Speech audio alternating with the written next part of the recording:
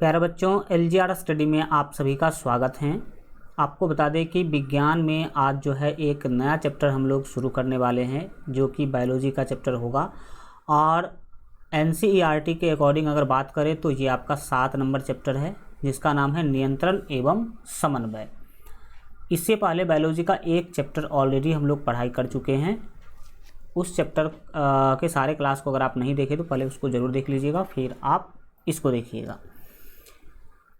Chapter का नाम है नियंत्रण एवं समन्वय। तो सबसे पहले हमें पता होना चाहिए इस चैप्टर के नाम के बारे में पूरा डिटेल में, क्योंकि जैसा कि आप सभी जानते हैं कि जब कभी भी हम कोई चैप्टर शुरू करते हैं तो सबसे पहले उसके नाम के अर्थ को समझते हैं।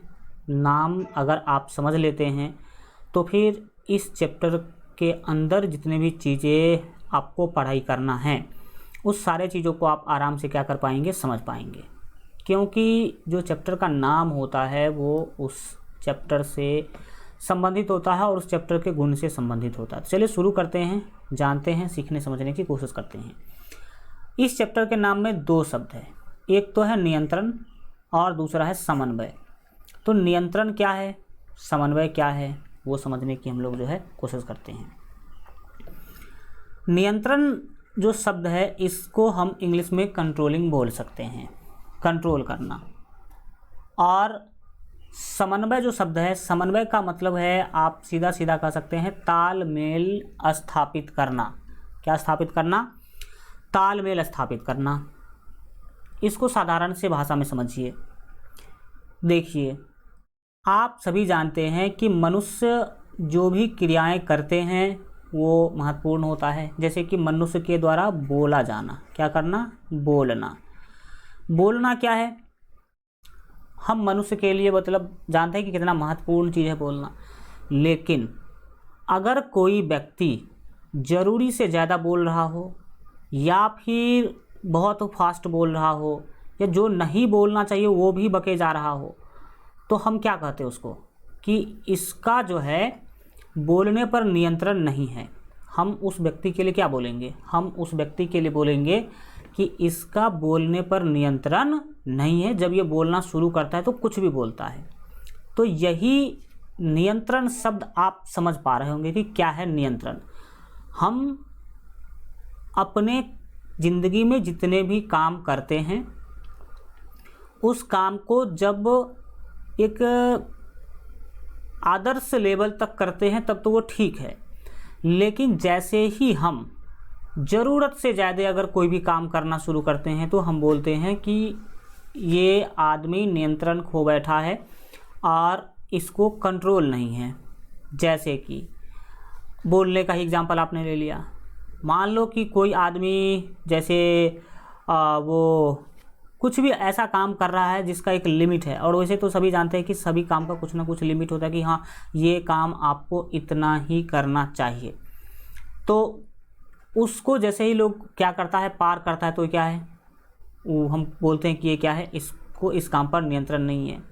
जैसे कोई खाना खाते हैं तो खाना खाने का भी जो स्पीड है उसका लिमिट होता है कि हाँ इस स्पीड में आप खाइए तो ना तो ख़राब माना जाएगा ना ही अच्छा माना जाएगा। कुछ लोग ऐसे होते इतना फास्ट खाते हैं, समझ सकते हैं, तो हम उसको बोल सकते हैं इसको कि नियंत्रण नहीं है इस पर। सबसे अच्छा एग्जाम्पल आपका बोलने वाला ही है कि अगर ज़रूरत से ज़्यादा बोला जा रहा हो, किसी के द्वारा फालतू चीज़ें बोला जा रहा हो, बरबर कर रहा हो, तो हम बोलेंगे कि इस व्यक्ति को बोलने पर नियंत्रण नहीं है। समझ में आ गया? तो नियंत्रण शब्द आप समझ पा रहे होंगे जो शॉर्टकट में। अब आगे तो इसको पूरा डिटेल में पढ़ेंगे ही पढ़ेंगे। दूसरा है समन्वय। समन्वय का मतलब होता है तालमेल स्थापित करना। क्या स्थापित करना? तालमेल स्थापित करना। तो इसमें तालमेल स्थापित करना मतलब क्या है समझिए। जब हम कोई भी काम करते हैं तो याद रखिएगा कि किसी भी काम को करने के लिए हमारे शरीर के बहुत सारे अंग को एक साथ काम करना होता है। हमारे शरीर के बहुत सारे अंग को एक साथ काम करना होता है, तो उसे कहते हैं तालमेल स्थापित करना। क्या करना? तालमेल स्थापित करना। जैसे तालमेल स्थापित करना क्या है समझिए। जैसे कि आप भोजन कर रहे हैं, खाना खा रहे हैं, तो खाना खा रहे हैं तो उस टाइम पर, खाना खाने के टाइम पर आपके बहुत सारे अंग एक साथ काम करते हैं। जैसे कि आपका उंगली जो है वो भोजन को मिलाने का काम करेगा, फिर उठा करके मुंह तक लाएगा, और जैसे ही आपका उंगली यानी कि आपका हाथ मुंह तक आया तो आपका मुंह खुलेगा, और मुंह खुलेगा फिर आप अपने मुंह में डालेंगे, फिर उसको दांत से चबाएंगे। और इस सभी चीज़ों को कंट्रोल कौन कर रहा है? आपका मस्तिष्क यानी कि आपका दिमाग। आपका दिमाग आपके हाथ को ऑर्डर दे रहा है कि भोजन को मिलाओ, फिर उठा करके मुंह तक लाओ, और जैसे ही मुंह तक आपने लाया तो दिमाग ने आपके मुंह को ऑर्डर दिया कि भाई साहब मुंह खोलिए, हाथ आ चुका है भोजन लेके। तो मुंह फिर खुलता है, फिर आप क्या करते हैं, उसमें भोजन डालते हैं। तो यहाँ पर भोजन करते टाइम पर मुंह और हाथ के बीच में तालमेल स्थापित हो रहा है कि नहीं, समझौता हो रहा है कि नहीं। मुंह और हाथ के बीच में ये तालमेल स्थापित हो रहा है कि जब आप अपने हाथों से भोजन को उठा करके मुंह तक लाते हैं तो मुंह खुलता है और फिर आप उसमें डालते हैं। तो यही है समन्वय। समन्वय मतलब तालमेल स्थापित होना, आपके मुंह और आपके हाथ के बीच तालमेल बैठ रहा है। और अगर ये तालमेल नहीं बैठेगा तो फिर आप भोजन नहीं कर पाएंगे। अगर आपने हाथों से भोजन लाया मुंह तक और मुंह खुले ही नहीं, अगर मुंह खुलेगा ही नहीं तो क्या होगा, फिर आप भोजन नहीं कर पाएंगे। तो हम बोल देंगे वहाँ पर, ये बोलेंगे कि आपके हाथ और आपके मुंह के बीच तालमेल नहीं बैठ रहा है। समझ में आ रहा है कि नहीं आ रहा? तो ये चीज़ें हैं समन्वय। चलिए, ये तो हम लोगों ने एक साधारण से अर्थों शॉर्टकट में समझने का कोशिश किया है। अब डिटेल में समझते इस सभी चीज़ों को कि नियंत्रण क्या है और समन्वय क्या है। ध्यान से समझने की कोशिश कीजिएगा। और मैं यहाँ पर आपके सामने नोट्स भी प्रस्तुत करते जा रहा हूँ ताकि आपको अगर एग्ज़ाम में पूछा जाए तो आप कैसे लिखेंगे वो भी सीखते चलें। हमारा टॉपिक है नियंत्रण एवं समन्वय। तो देखिए, गति जीवन का एक सामान्य लक्षण है, बिल्कुल सही, सभी जानते हैं। जितने भी सजीव हैं मुख्य रूप से वो गति करते ही करते हैं। जंतु अपनी पेशियों और अंगों की सहायता से गति करते हैं, बिल्कुल सही है। जंतु जैसे कि मान लीजिए मनुष्य हैं तो अपने पेशी और अंग जैसे हाथ पांव के सहायता से क्या करते हैं, हम लोग गति करते हैं। पौधे की अधिकांश गतियां वृद्धि के कारण होती हैं, बिल्कुल सही है। अब पौधे तो चलता नहीं है, यहाँ से वहाँ तक उठ के नहीं जाएगा, लेकिन हम ये नहीं कह सकते हैं कि पौधे में गति नहीं होती है। पौधे में भी गति होती है और उसका जो गति है वो वृद्धि के कारण होती है। किसके कारण होती है? वृद्धि के कारण। कोई पौधा आज मान लीजिए कि ये दीवार है, इस दीवार के नीचे आपने यहाँ पे पौधा लगाया है, इस दीवार के नीचे आपने क्या किया, यहाँ पर पौधा लगाया है। आज इतना बड़ा है तो यहाँ तक है पौधा, फिर कुछ दिनों के बाद ये गति करते हुए यहाँ तक आ जाएगा। तो देखिए पौधे में गति हुआ कि नहीं, इतना दूर पौधा जो है गति किया कि नहीं किया। तो ये गति किसके कारण हुआ? वृद्धि के कारण। तो पौधा में जड़ का वृद्धि हो सकता है, तना का वृद्धि हो सकता है।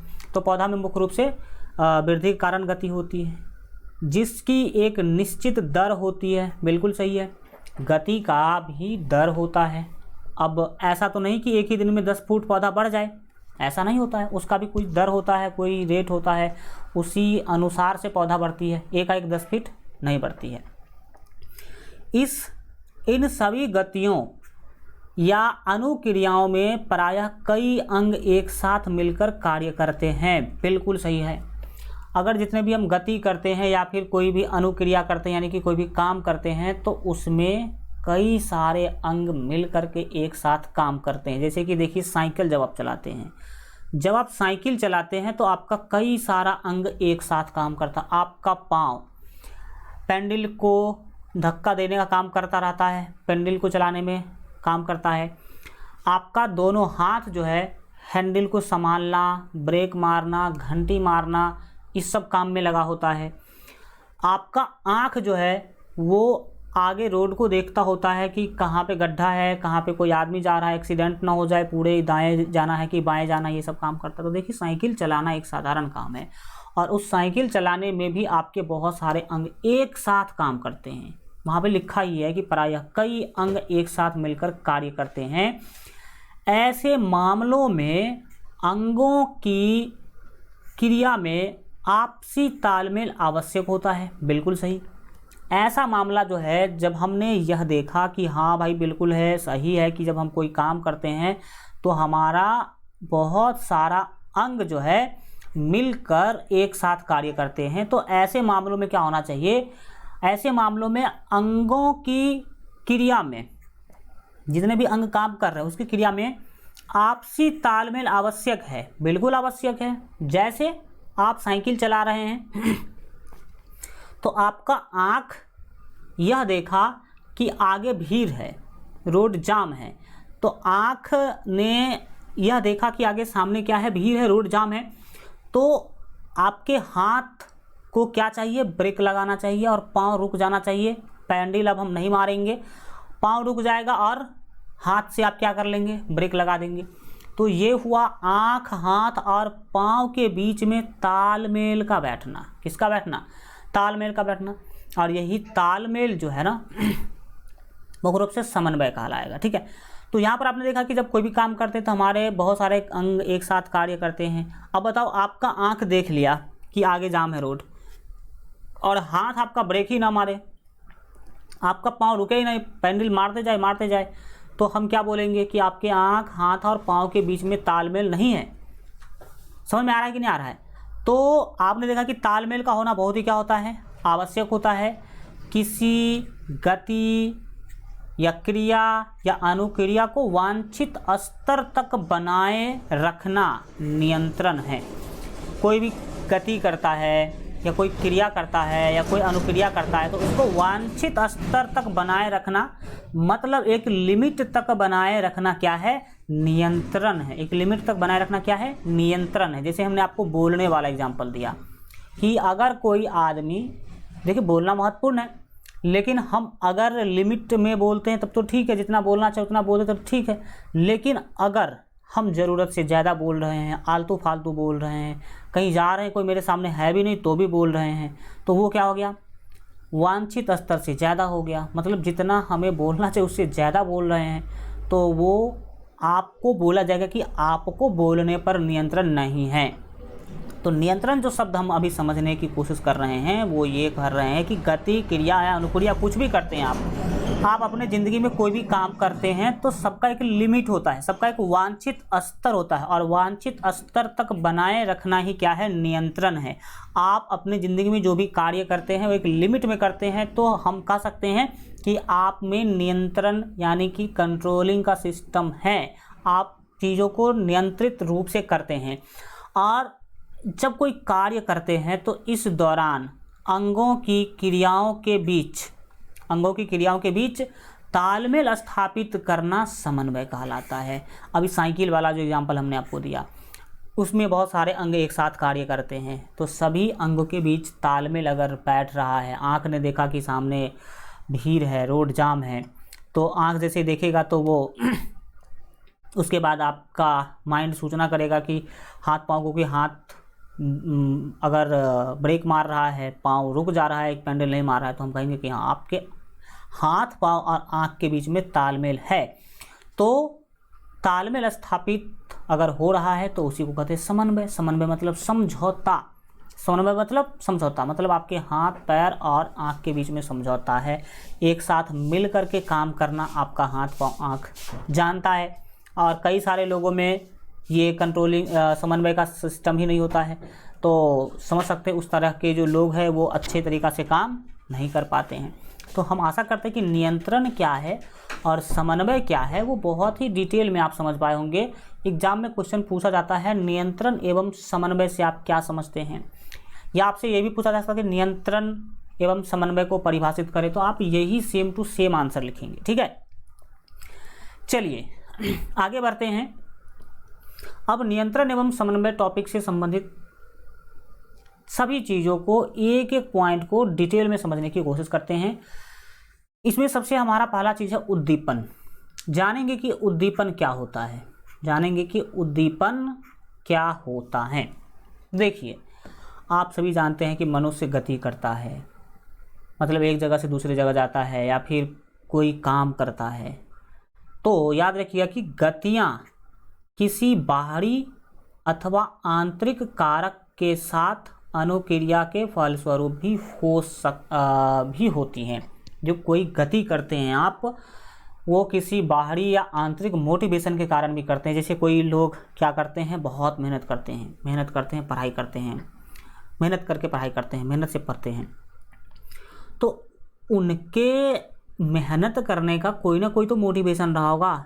हाँ, कि वो सोचते होंगे कि हाँ मेरे पिता गरीब हैं, तो क्या हुआ, मैं पढ़ूंगा, लिखूंगा, अच्छा आदमी बनूंगा, बड़े पोस्ट पे जाऊंगा। तो उनके ज़िंदगी में पढ़ने का जो कारण है वो क्या है, पढ़ने का जो मोटिवेशन है वो ये है कि हमें अच्छा आदमी बनना है, किसी अच्छे पद पर जाना है। समझ में आ रहा है कि नहीं आ रहा है? अपने परिवार का स्थिति सुधारना है। तो आप जो मेहनत कर रहे हैं उसके पीछे मोटिवेशन क्या है कि हमें अच्छा आदमी बनना है। तो ये हो गया एक कारण कि हाँ इस कारण से आप क्या कर रहे हैं, पढ़ाई कर रहे हैं।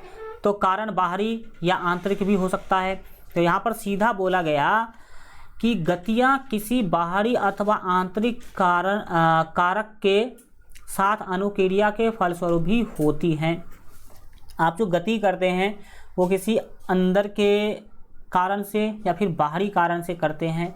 ऐसे कारक को उद्दीपन कहते हैं। ऐसे कारक को क्या कहते हैं, उद्दीपन कहते हैं।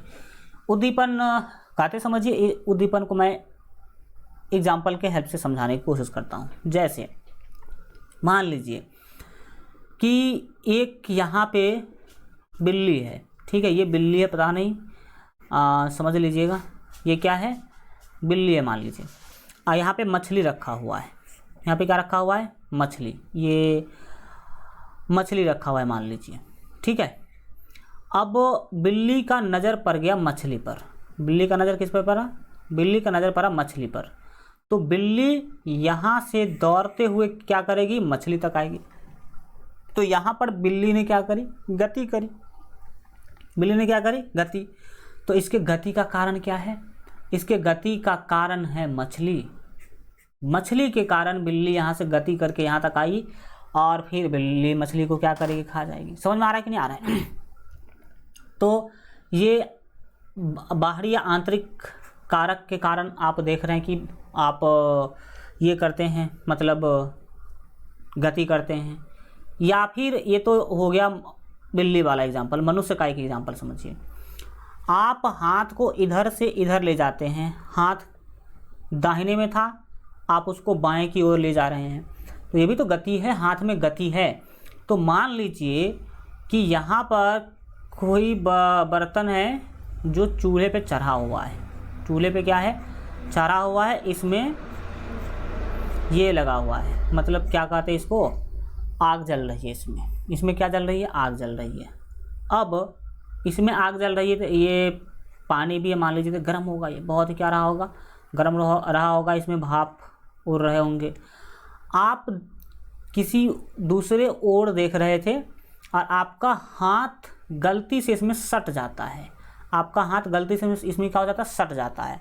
जैसे ही आपका हाथ इसमें सटा तो आपने अपने हाथ को जोर से खींचा अपनी ओर, ठीक है, दूसरी ओर खींचा, तो आपके हाथ में गति हुआ कि नहीं, और वो गति किसके कारण हुआ, आपके हाथ जो इस गर्म चीज़ से सटा उसी कारण हुआ। तो ये गर्म चीज़ ही आपके गति का कारण है, तो इसे ही उद्दीपन कहेंगे, उद्दीपक कहेंगे मुख्य रूप से। और इसके कारण जो आपने गति किया वो है उद्दीपन, ठीक है। तो यहाँ पर आपको सीधा सीधा रखना है कि गतियाँ किसी बाहरी अथवा आंतरिक कारक के साथ अनुक्रिया के फलस्वरूप भी होती हैं। ऐसे कारक को उद्दीपन कहते हैं। ऐसे कारक को क्या कहते हैं, उद्दीपन कहते हैं। मछली उद्दीपन का काम कर रहा था, यहाँ पर गर्म पानी या फिर गर्म बर्तन जो है सट गया, वो उद्दीपन का कार्य कर रहा है।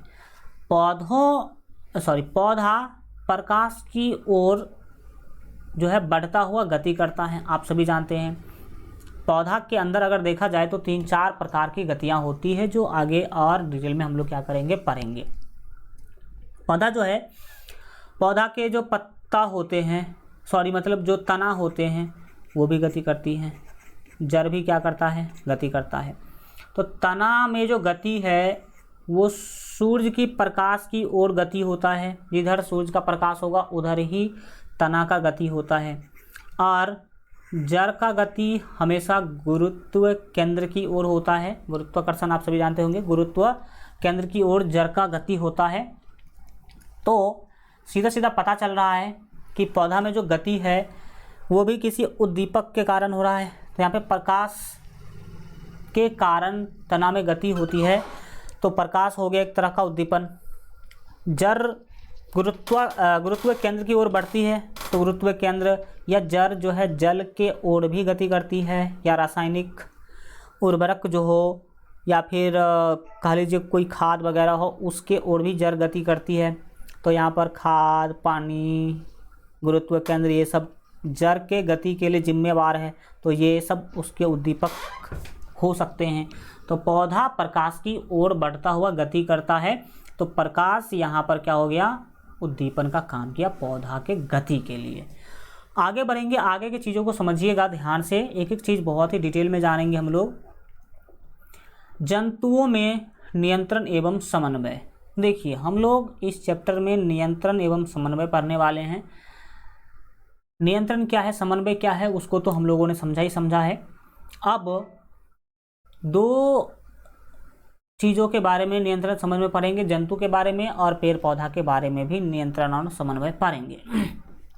तो सबसे पहले हम लोग जंतुओं में नियंत्रण एवं समन्वय पढ़ने वाले हैं। तो चलिए जानते हैं कि जंतु में नियंत्रण और समन्वय कैसे होता है। तो सीधा याद रखिएगा कि जंतुओं में नियंत्रण एवं समन्वय तंत्रिका तथा पेशी उत्तक द्वारा किया जाता है। तंत्रिका कोशिका या फिर तंत्रिका तंत्र आप सभी जो है 9th में भी पढ़े होंगे, और नहीं पढ़े तो यहाँ भी बहुत डिटेल में हम लोग क्या करने वाले, पढ़ने वाले हैं। तो अभी इस पॉइंट में केवल इतना जानना है कि जंतुओं में जो नियंत्रण या समन्वय का जो कार्य है वो तंत्रिका कोशिका या तंत्रिका तंत्र कह लीजिए उसके द्वारा और पेशी उत्तक के द्वारा किया जाता है। ठीक है, तो अब हमें तंत्रिका तंत्र, पेशी उत्तक इस सब के बारे में बहुत ही डिटेल से क्या करना होगा, जानना होगा।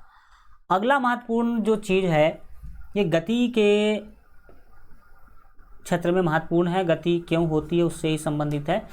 हमारा जो अब अगला टॉपिक है वो ग्राही। ग्राही शब्द का मतलब होता है ग्रहण करने वाला। ग्राही शब्द का मतलब क्या होता है, ग्रहण करने वाला। जैसे आप भोजन आपको चाहिए प्रत्येक दिन, तो जब खाना खाते हैं तो आपका भोजन ग्रहण कौन करता है, मुंह। तो मुंह है भोजन ग्रहण करने वाला। ठीक है, तो उसी तरह से ग्राही पढ़ेंगे। ग्राही मतलब ग्रहण करने वाला। कौन कौन ग्राही हो सकते हैं, याद रखिएगा कि तंत्रिका कोशिका के विशिष्ट सिरे जो पर्यावरण से सभी सूचनाओं को ग्रहण करता है। तंत्रिका कोशिका का वह विशिष्ट सिरा जो पर्यावरण से सभी सूचनाओं क्या करता है, ग्रहण करता है, उसे ग्राही कहते हैं।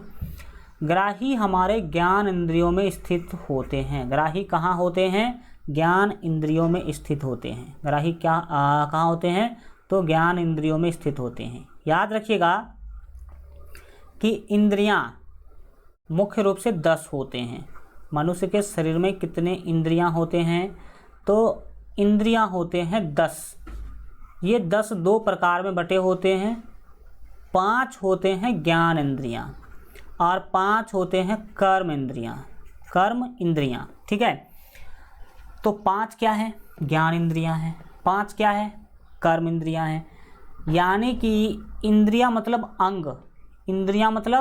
अंग। हमारे शरीर में मुख्य रूप से 5 अंग जो है वो ज्ञान को ग्रहण करती है और 5 अंग किसी कार्य को संपादित करती है। तो जो ज्ञान ग्रहण करने के लिए हमारे अंग बने हुए हैं वो कहलाएंगे ज्ञान इंद्रियां, और जो किसी भी काम को संपादित करने के लिए अंग बने हुए हैं वो कहलाएंगे कर्म इंद्रियां। तो 5 ज्ञान इंद्रियां कौन है हमारे अकॉर्डिंग समझिए। 5 ज्ञान इंद्रियां में सबसे पहला है आँख, क्योंकि आँख जो है वो देखने का ज्ञान ग्रहण करती है, देख करके ज्ञान ग्रहण करती है। इसके बाद है नाक जो है किसी भी चीज़ का जो सेंट है, सेंट का ज्ञान ग्रहण करती है। हाँ, कि कोई सेंट अच्छा है कि ख़राब है, किस तरह का सेंट आ रहा है, सेंट का ज्ञान कौन ग्रहण करती है, नाक। इसके बाद कान है। कान किसी भी चीज़ों के बारे में सुन करके ज्ञान ग्रहण करती है। जैसे आप घर के अंदर है, बाहर में कोई बोल रहे हैं, तो आपका कान सुनता उस बातों को, और सुनने के बाद आपको पता चलता है कि हाँ ये किस व्यक्ति का आवाज़ है। तो किस व्यक्ति का आवाज़ है, ये ज्ञान ग्रहण किया आपने किसके मदद से? कान की मदद से। तो आँख, कान हो गया, नाक हो गया। चौथा ज्ञान इंद्रिया होता है आपका जीभ। जीभ जो स्वाद का ज्ञान आपको देता है। किसका ज्ञान देता है? स्वाद का ज्ञान। अगर आप आँख बंद करके भी भोजन करेंगे, कुछ खाएंगे, तो जीभ आपको स्वाद की मदद से बताएगा कि आप क्या खा रहे हैं। समझ में आ रहा है कि नहीं आ रहा है? तो ज्ञान इंद्रियां हैं जो आपका जीभ है एक, और पांचवा ज्ञान इंद्रिया है त्वचा। त्वचा यानी कि स्किन, जो आपका चमड़ी है ऊपर से, वो किस चीज़ का ज्ञान देता भाई साहब? वो आपको स्पर्श का ज्ञान देता है। आप में कोई सटा है, इस चीज़ों का ज्ञान देता है आपको। आप आगे की ओर घूम के खड़े हैं, पीछे से कोई आपको आके मतलब आपके पीठ को थपथपाता है या फिर पीठ को टच करता है, तो आपको त्वचा के स्पर्श के कारण ही पता चल पाता है कि हाँ आपको कोई पीछे से जो है मतलब टच कर रहा है। तो ये 5 ज्ञान इंद्रियां हैं, और 5 होते हैं कर्म इंद्रियां। कर्म इंद्रियां मतलब जिससे हम अपने ज़िंदगी में कार्यों का संपादन करते हैं, मतलब काम करते हैं। कर्म इंद्रिय में पहला आ गया आपका हाथ, दूसरा आ गया पाँव, इसके बाद तीसरा जो है वो हमारे अनुसार से मतलब मुंह है जो बोलने का कार्य करता है।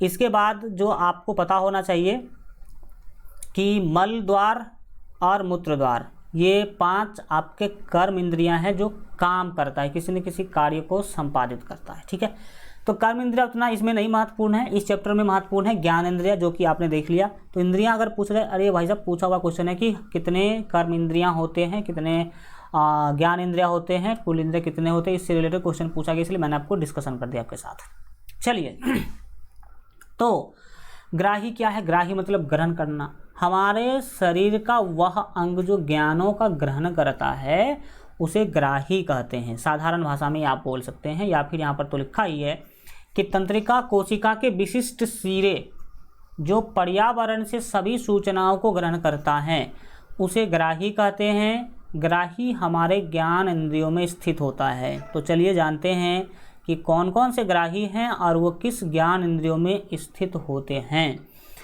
तो ग्राही के प्रकार समझने वाले हैं अब हम लोग। ग्राही मतलब ग्रहण करने वालों का प्रकार।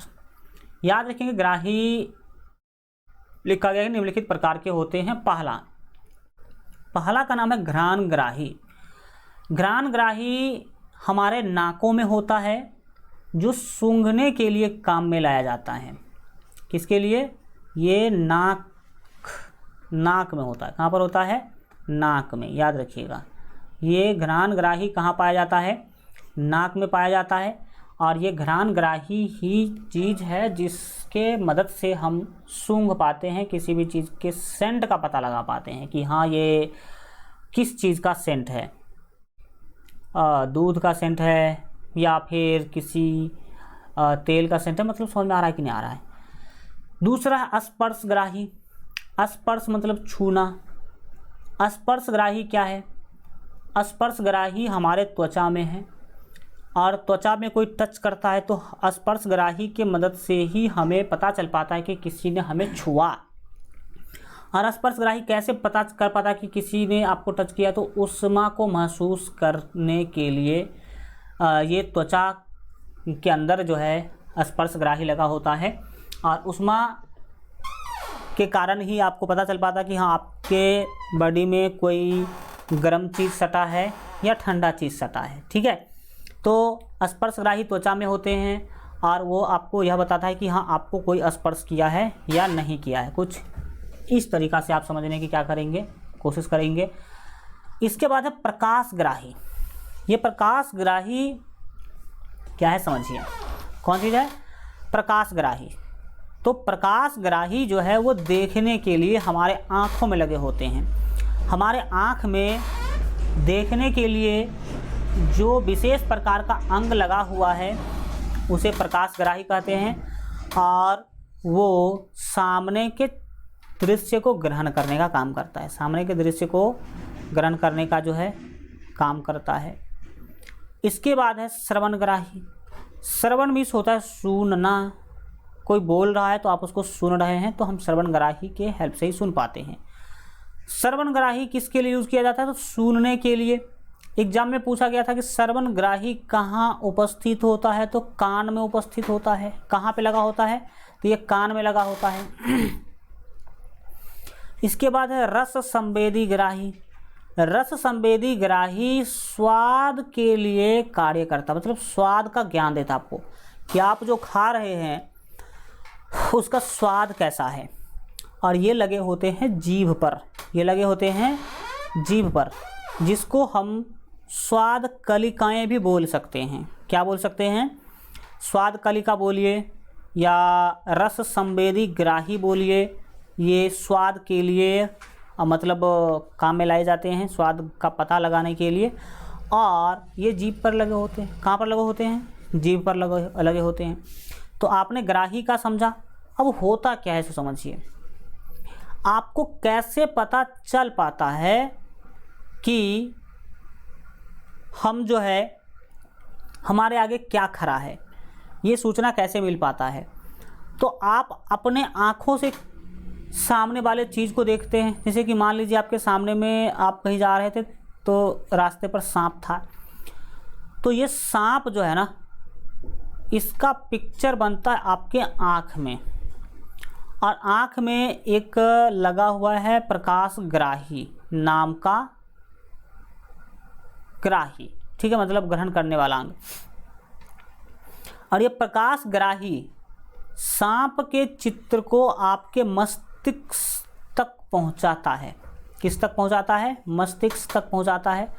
मस्तिष्क तक पहुंचाने के लिए मदद करता है तंत्रिका कोशिका, यानी कि तंत्रिका कोशिका होते हुए ही इस सांप का पिक्चर आपके आँख से आपके मस्तिष्क यानी कि आपके दिमाग यानी कि आपके माइंड तक जाता है। और फिर माइंड इस पिक्चर का विश्लेषण करता है, एनालिसिस करता है, और विश्लेषण करने के बाद आपको बताता कि ओहो आपके सामने तो सांप है, आपके सामने क्या है? सांप है। इस तरह से हमें सूचना जो है मिल पाता है। तो सूचना के लिए सबसे महत्वपूर्ण कौन चीज़ है? तो तंत्र यानी कि तंत्रिका कोशिका कह लीजिए, वो है। आगे बढ़ते हैं।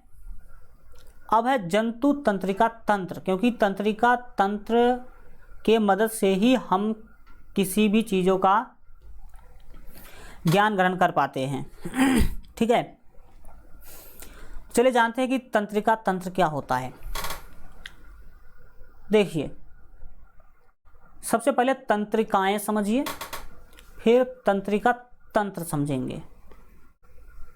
तंत्रिकाएं क्या है? देखिए, किसी जंतु के शरीर में क्या लिखा गया है?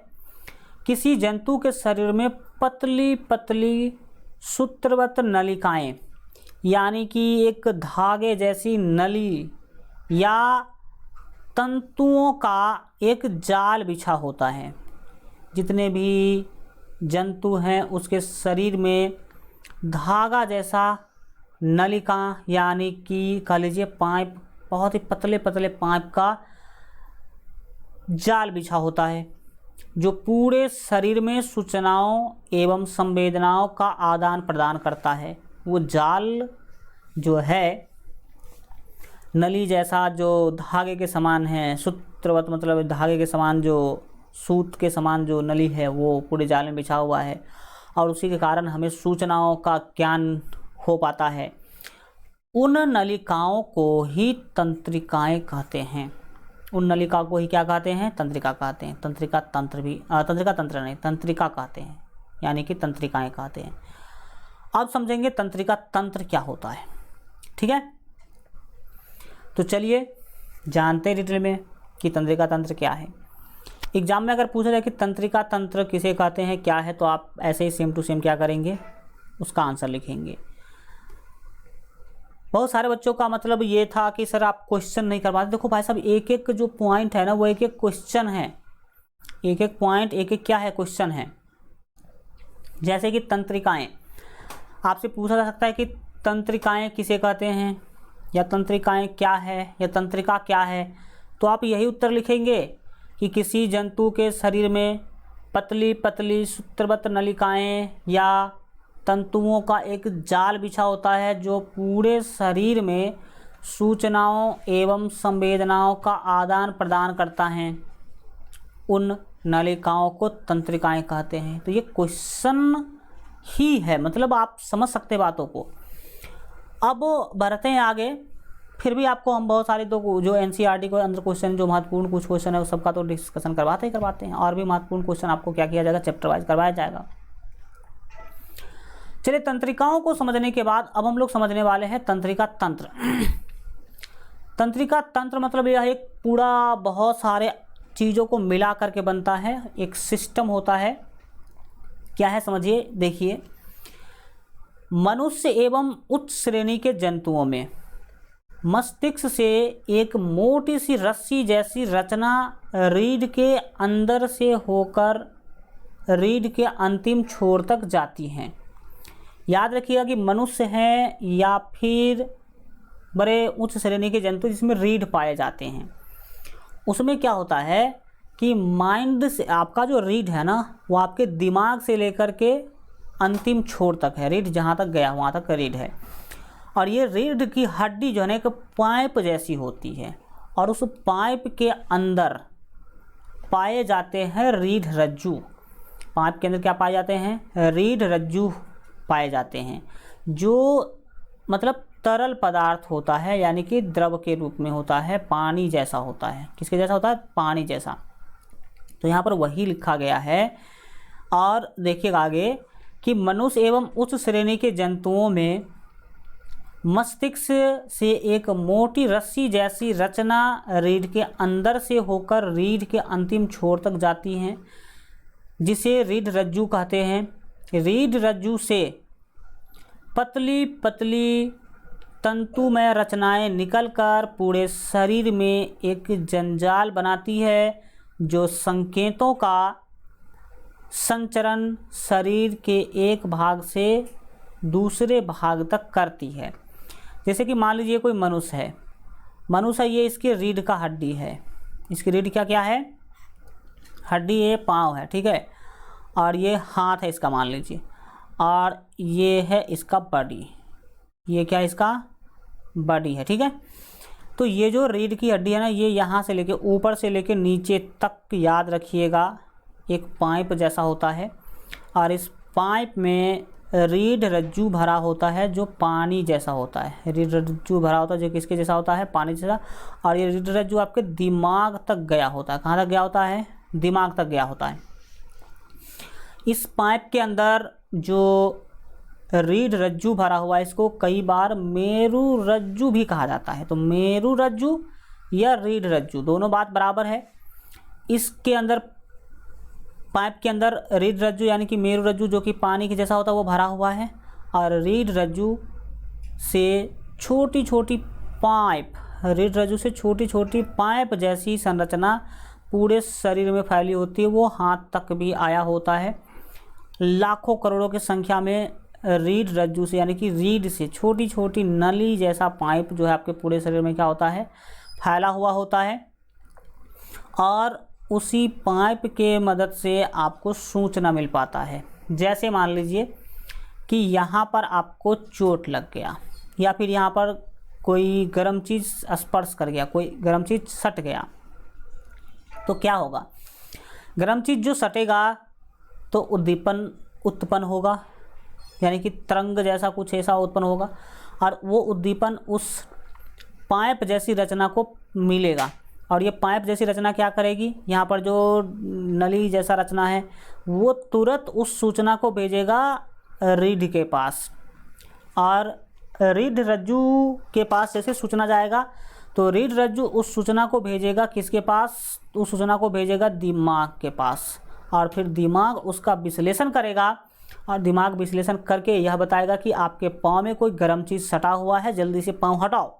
तो आप पाँव हटाते हैं। ये पूरा एक तरह से प्रोसेस होता है किसी भी चीज़ के सटने या फिर स्पर्श के एहसास को समझने के लिए, ठीक है। तो वही यहाँ पर भी लिखा गया है कि रज्जू से, है ना, पतली पतली पतली पतली तंतु में मतलब धागा के जैसा रचनाएं निकलकर पूरे शरीर में एक जंजाल बनाती हैं, पूरे जाल की तरह फैली होती है, जो संकेतों का संचरण शरीर के एक भाग से अन्य भाग तक करती है, जो संकेत को एक जगह से लेकर के दूसरे जगह तक पहुंचाने का काम करती है। जैसे यहाँ पर सटा तो गर्म चीज़ का संकेत पाँव होते हुए रीढ़ तक गया, रीढ़ से गया मेरुरज्जु के हेल्प से मस्तिष्क में, मस्तिष्क फिर ऑर्डर दिया आपके पाँव को, तो आपका पाँव वहाँ से हटा।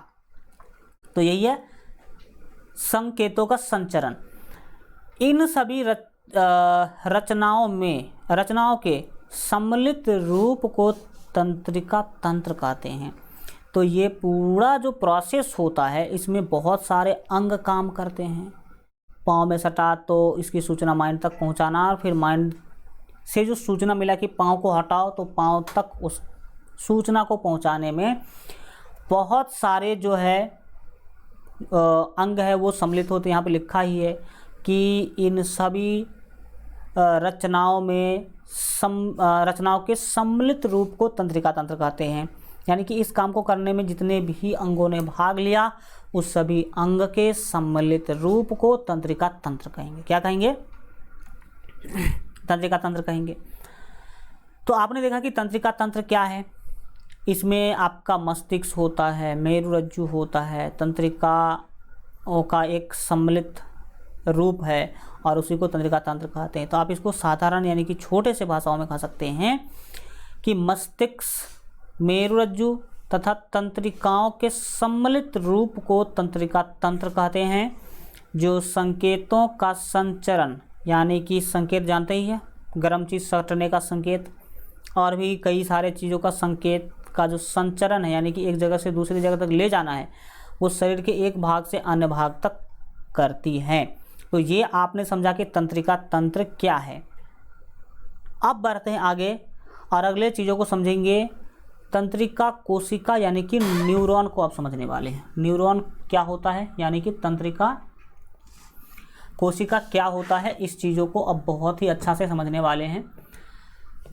याद रखिएगा, तंत्रिका कोशिका को ही हम न्यूरॉन कहते हैं इंग्लिश के अंदर। तो याद रखिए कि तंत्रिकाएं विशेष प्रकार की कोशिकाओं से बनी होती हैं, जो सामान्य शारीरिक कोशिका से बड़ी होती हैं। और मैं तो ये कहूँ कि तंत्रिका कोशिका जो है वो सबसे बड़ी कोशिका है। अगर एग्जाम में भी आपसे पूछा जाए कि सबसे बड़ी कोशिका कौन है, तो क्या बोलेंगे? सबसे बड़ी कोशिका है तंत्रिका कोशिका। तंत्रिका कोशिका क्या है? सबसे बड़ी कोशिका है।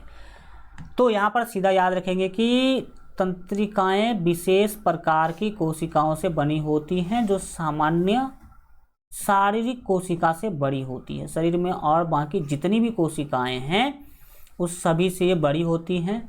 उन्हें तंत्रिका कोशिका या न्यूरॉन कहते हैं। इसको दूसरे तरह से भी परिभाषित किया जा सकता है। इसका दूसरा परिभाषा आप बोल सकते हैं कि तंत्रिका तंत्र की रचनात्मक और कार्यात्मक इकाई को तंत्रिका कोशिका या न्यूरॉन कहते हैं, जो कि फेमस परिभाषा है, कई जगह पे यूज भी किया गया है। तो तंत्रिका कोशिका आपने समझा। तंत्रिका कोशिका का फिगर समझने की कोशिश कीजिए। तंत्रिका कोशिका यानी कि न्यूरॉन जो है वो इस तरह का होता है। देख सकते हैं इतना बड़ा संरचना न्यूरॉन का आपके सामने प्रस्तुत है। ये मानव शरीर का सबसे बड़ा कोशिका होता है। तो यहाँ पर तंत्रिका कोशिका यानी कि न्यूरॉन का चित्र आपको दिखाई दे रहा होगा। एग्जाम में तो कई बार केवल इसके चित्र पूछ लिए जाते हैं। पूछा जाता है तंत्रिका कोशिका का, या फिर ऐसे पूछेगा कि न्यूरॉन का स्वच्छ नामांकित चित्र बनाएं। तो स्वच्छ मतलब पूरा साफ साफ, नामांकित मतलब उसके नाम, अंगों के नाम को भी लिखें, ऐसा चित्र बनाएं। तो आप ऐसा चित्र क्या करेंगे? बनाएंगे। चित्र बनाने के बाद उसके सभी नाम को भी दिखा देंगे। देखिए कि क्या क्या होते हैं। ये जो जर की जैसी रचनाएं निकली हुई हैं, चारों साइड ये जो जर की जैसी रचनाएं निकली हुई है उसे कहते हैं द्रुमिकाएं। उसे क्या कहते हैं? द्रुमिका। इसके बाद ये वाला जो भाग आपको दिखाई दे रहा है, ये जो आपको हल्का केसरिया कलर का जो दिखाई दे रहा है, ये चीज़ कहलाता है कोशिका काय। क्या कहलाता है? कोशिका काय कहलाता है। अभी देख लीजिए ध्यान से कि किस अंग को क्या बोला जा रहा है, क्योंकि आगे इस अंग से संबंधित बहुत सारे चीज़ें आपको ध्यान देना होगा। हम बताएंगे द्रुमिका के बारे में, केंद्रक के बारे में, तो आपको वहाँ पर याद होना चाहिए कि हाँ द्रुमिका किसे कहा गया था, केंद्रक किसे कहा गया था। इसके बाद बीच में जो ये काला वाला भाग आपको दिखाई दे रहा है, इसे कहते हैं केंद्रक। क्या कहते हैं? इसे केंद्रक कहते हैं। इसके बाद ये जो आपको डंटा की तरह यहाँ से यहाँ तक जो है एक दिखाई दे रहा है, इसे कहते हैं तंत्रिकाक्ष। क्या कहते हैं? तंत्रिकाक्ष कहते हैं। और इसके बाद तंत्रिकाक्ष भी इधर आपको 3-4 भागों में टूटता हुआ यानी कि बंटता हुआ दिखाई दे रहा होगा। इसको कहते हैं हम लोग तंत्रिका का अंतिम सिरा। ये वाला जो पार्ट है, ये वाला जो पार्ट है, इसको कहते हैं अंतिम सिरा। क्या कहते हैं? अंतिम सिरा है। तो जब कभी भी तंत्रिका कोशिका का नाम स्वच्छ नामांकित चित्र बनाने के लिए बोला जाए तो आप ये फिगर सेम टू सेम बनाएंगे। या फिर न्यूरॉन बोले कि न्यूरॉन का स्वच्छ नामांकित चित्र बनाइए, तो आप इस फिगर को क्या करेंगे? बनाएंगे, जो कि बिल्कुल सिंपल है, बहुत ही ज़्यादा क्या है? सिंपल है इसका फिगर बनाना। तो आप ऐसे क्या कर लेंगे? बना लेंगे। बनाने का मैं आपको बताता हूँ कि हाँ कैसे आप बना पाएंगे इस फिगर को। तो देखिए ऐसे ले लीजिएगा, मान लीजिए ये आपने ले लिया, ठीक है। इसके बाद आप फिर से क्या करेंगे? कुछ ऐसे लेंगे। हल्का इसमें हो रहा है समस्या, 1 मिनट रुक जाओ, 1 मिनट रुको। देखो आप ऐसे ले लिए, फिर ऐसे ले लीजिए, फिर ऐसे ले लीजिए, फिर ऐसे, फिर ऐसे। जितना भी आप फेरा चाहे उतना फेरा क्या कर सकते हैं? ले सकते हैं। जितना फेरा चाहे उतना फेरा आप क्या कर सकते हैं? ले सकते हैं। इस तरह से लेकर के आप क्या कर लेंगे? इधर की ओर बढ़ा लेंगे, इधर की ओर क्या कर लेंगे? आप बढ़ा लेंगे। बढ़ाने के बाद आप हल्का इधर भी बढ़ा लीजिए, ठीक है, इस तरीक़ा से। फिर यहाँ से इस तरह का इसमें निकाल दीजिए, फिर इधर की ओर हल्का बढ़ाएंगे, ठीक। चीज़ें समझ में आ रहा होगा आप लोगों को। करने के बाद आप हल्का इधर से निकाल दीजिए, मतलब चीज़ें आप देख पा रहे होंगे। इस तरह से बन गया। इधर पीछे वाला भाग लगभग मान लीजिए कि क्या हो रहा है? कंप्लीट हो रहा है। एंड इसमें क्या करेंगे आप? ऐसे ऐसे ऐसे ऐसे ऐसे कर देंगे, ठीक है। जो एक सिंपल फीलिंग है वो हम आपको देने की कोशिश कर रहे हैं। इसमें ऐसे जर की जैसे 1-2 क्या कर दीजिए? रचनाएं खींच दीजिए। जर की जैसी रचनाएं क्या कर दीजिए? खींच दीजिए। जर की जैसी रचनाएं आप क्या कर दीजिए? खींच दीजिए। इसमें जर की जैसी रचना। तो मैं तो उतना अच्छा यहाँ पे नहीं बना पा रहा हूँ पेन टैब के ऊपर। आप आराम से कॉपी पर बनाने की कोशिश कीजिएगा, तो ये जो रचना है बहुत अच्छा तरीक़ा से आप क्या कर सकते हैं? बना सकते हैं, ठीक है। तो सिंपल है, बहुत बड़ी बातें नहीं है। यहाँ पर ऐसे कर दीजिएगा, इसको हल्का ये डिप कलर से कर दीजिएगा कुछ, और इसको बोल दीजिएगा केंद्रक है ये। बस 5 मार्क आपको मिल गया। देख सकते हैं कि हल्का ये चीज़ इसका फीलिंग दे रहा है कि नहीं दे रहा है, ठीक है। तो इस तरीक़ा से आप तंत्रिका कोशिका यानी कि न्यूरॉन का क्या करेंगे? आप फिगर बनाएंगे, ठीक है। चलिए आगे बढ़ते हैं।